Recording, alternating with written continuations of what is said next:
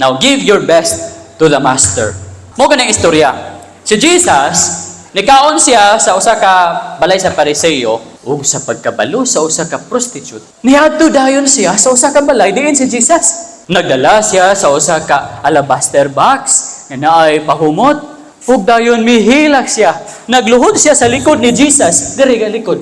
Ug dayon ang iyang mga luha gipahid niya sa tiil ni Jesus. Ug iyang buhok yang gipahid sa tiil ni Jesus. Ug dayon gihalukan niya ang tiil ni Jesus. Ug pagkahuman gibotangan niya og perfume. Ug dayon nayo sa Pariseo nga niingon, propeta man ni siya, kabalo ta ni siya nga kanang bayhana usa ka makasasala. Kay ang Pariseo arte kay na di na gusto mo hikap og makasasala. Maigo lang gani siya do sa balay sa makasasala. Likay na. Samot ng hikapon ang taong matarong sa tao nga makasasala. Ingon ni Jesus, Simon, ako isulti kanimo. Panalitan, adunay usa ka nagpautang sa duha ka gautang. Ang isa 500 penny, ay ang isa 50 lamang. Unya wala may kabayad ang duha. Gipasaylo tong duha dayon. Kinsa sa ilahang duha ang mohigugma more sa gapautang? Kinsa kay mahigugma more? Ingon tong pare nga katog yung mas dako o gipasaylo. Ingon ni Kristo, sakto imuhang paghukom. Tanawak kini nga babae. Pagsulod na ako diane, wala ka maghatag og tubig para sa ako ang tiil. Apan siya naghugas sa ako ang tiil pinaagi sa iyang mga luha. O gipahira niya kini pinaagi sa iyang buhok. Naghalok siya, wala ka naghalok kanako. Apan naghalok siya sa akong mga tiil hangtod karon. Wala ikaw naghatag ointment sa akong ulo, apan siya nagyabo og perfume sa ako ang tiil. Busa ang daghan niya nga mga sala, gipasaylo na kay dako ang iyang gugmang hari kanako. Apan siya nga gamay lang og higugma, gamay lang ang pagpasaylo kaniya, gamay ra pod ang paghigugma anak kanako. Babaye, napasaylo na ang imong mga sala. Nahibulong ang mga tao. Kinsa ba kaning tawhan nga makapasaylo man sa mga sala? Ingon din si Kristo Jesus, babay, ang pagtuo nimo mo'y nagluwas kanimo. Go in peace. Now, ang focus na ako is dito sa gibasa na ako nga verses kaniya. Ang tao nga makasasala, naghatag pa Hinuon og best nga love og offering kang Kristo Jesus kaysa niadto nga pare. Ang mga self-righteous people, pagbantay, unsa inyong gihatag sa ato ang Ginoo nga best? Namoy nahinuman? Ayaw ata mga Israelites sa unang panahon sa Malakay chapter 1 verse 8. Nga naghatag sila sa Ginoo og buta nga hayop, masakiton nga hayop, kabang nga hayop, niwang hayop. Suko kayo ang Ginoo, ihatag daw kuno na ngadto sa inyong governor, sa inyong princess. Dawaton ba niya ang imong pagkatao? Dawaton ba o dili? Dili, oy. Tagaan na niyo buta o ba ka masakiton? Ang gusto sa Ginoo is best, walay blemish, walay spot ang offering. Gusto sa Ginoo ang best. Nay mga tao mga igsuon nga mao ganing reality. Nay mga tao, for example sa Thanksgiving, usa ka suod na ako nga pastor. Pastor siya. Yan ako isa bangalan kay Mailhan. Pero iya man ko nang gisulti para daw kuno nga makabalo ang uban ba nga sayop to ing ato nga way. Yan kay testimony. Na siya duha ka baktin. Tinuod na nga storya. Duha ka baktin, ang isa ihid, gamay, ang isa dako. Ingon siya kining dako ako ani kining ihid mao ni para sa Thanksgiving. Karon gipanalangin naman sa Ginoo ang ihid.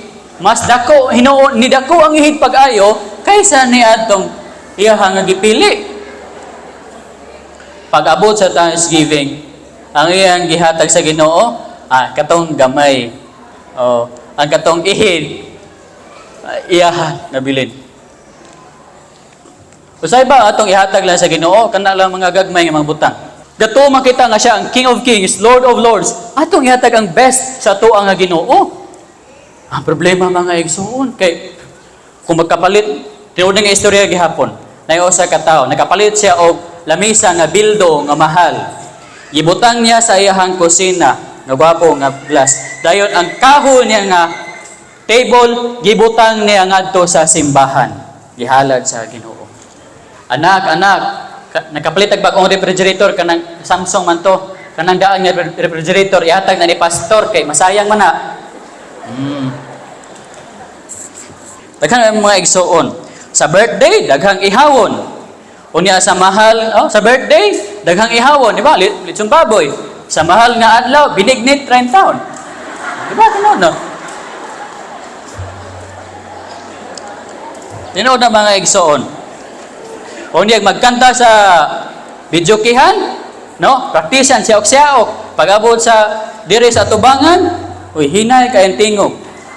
Oh, tinuod na mga igsoon. Praktisan pag-ayo. Praktisan kung event sa kasal. Praktisan ang kanta. Pero og kanta, worship nga song at tubangan, dili praktisan. Dito sa stage mag-practice. Mayon dayon nga, dili bitaw, tingog may paminawon sa Ginoo, mensahe bitaw. Ay, mag-rap na lang ka. Kay, man di dili mag-practice. God is a God of music. He created music. Ug dapat ang ato ang music usab sa Ginoo, patsada best. Sama to nagkanta diri ganiyan, hindot kay paminawon. Ingana mga igsoon, ang atong ihatag sa ato ang Ginoo. O sa ato pong mga kwarta, dili gapon best ang mahatag sa Ginoo. Nado duha ka kwarta nga nagtagbo. Ang 50 ug ang 500. Naingon ang 50 nga 500 amang kagikan. Agikan ko sa Gaisano, gikan ko sa SM. Hayan no ba laag-laag man ka, bisan asa lang. Unya ikaw 50 amang gikan. Sumuna kayo simbahan ra kanunay.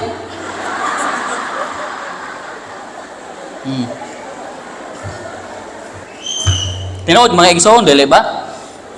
Sa time, sa ato nga work, sayo kayo kita. Pag alas 8 gyud. Pero sa simba, wala na dito na sa worship time. Worship time. Best bagay na mga igsoon, ibis ang Ginoo nay alagaran nimo, pinakagagmay naman lang nga butang. Abi ninyo, murag usala ako nakita nga nakamao ang Christian, iyang gihatag ang best sa Ginoo. Ngano man, kay ang sudanan sa kwarta sa simbahan, wapo kay nga offering basket. Pero ang iyang sudanan sa kwarta sa tindahan, arinola. Isakto. No. Isakto. Best para sa Ginoo. Maiso ang Ginoo na to is King of Kings. He is Lord of Lords. Ayaw tagaya ng mga gagmay nga butang. Sa po kang Ginoo sa Bible, ang inyong balay, shelled houses, samtang ako ang temple, lie in waste. Abi niyo ang Ginoo mga igsoon, ang iyahang ang dalan is pure gold, clear as crystal. Ang iyahang wall, jasper. Ang iyahang gate is perlas. Daghan kayo nga mga, ang iyahang foundation, precious stones, tupas. Manindot kayo. Samtang ang mga Christian ay di bitaw lang taon sa Ginoo ang gwapo nga simbahan. Importante ang kasing-kasing.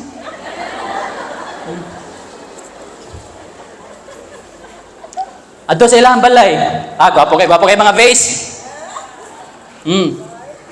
Nagpermiting, naglinog. Agoy, kumpaw rin sa balay. Di ba mga igsoon? Mga igsoon, unta, dili ba, ingana ba? Dapat ang best ang atong ihatag sa Ginoo. Kasi ang Ginoo sa mga Ginoo. Tagay daw na ang atong mayor sa ato ang balay o kanang sanina nga ukay-ukay niya, gisi pagyon. Awatan niyo si David.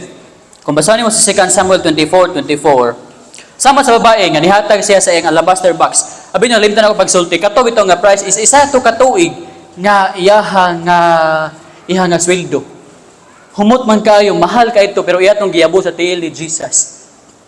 Precious kayo nga butang. Awatan niyo si David o katong babae nga nag-ingon, I will not offer anything that cost me nothing.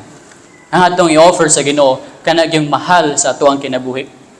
Kung ang Ginoo naghatag sa iyang only begotten Son para sa atong kaluwasan, then dapat willing usab kita mga igsoon nga muhatag sa atong most precious thing sa atong kinabuhi sa Ginoo. Usa ka na, pastor, ang imong kinabuhi. Unang-una. Kay once ihatag nimo imong life ngadto sa Ginoo, simple na lang paghatag sa tanan. Sa imong sapi, sa imong oras, sa imong kusog. Matthew 27:30, 22:37, love the Lord thy God with all thine heart, and with all thy soul, and with all thy strength. Yugma ang Ginoo sa tibuok nimong pagkatao.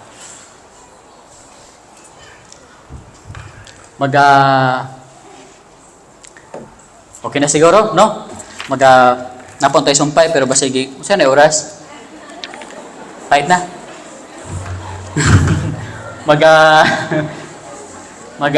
Pray kita. Mag-attendo kita tanan.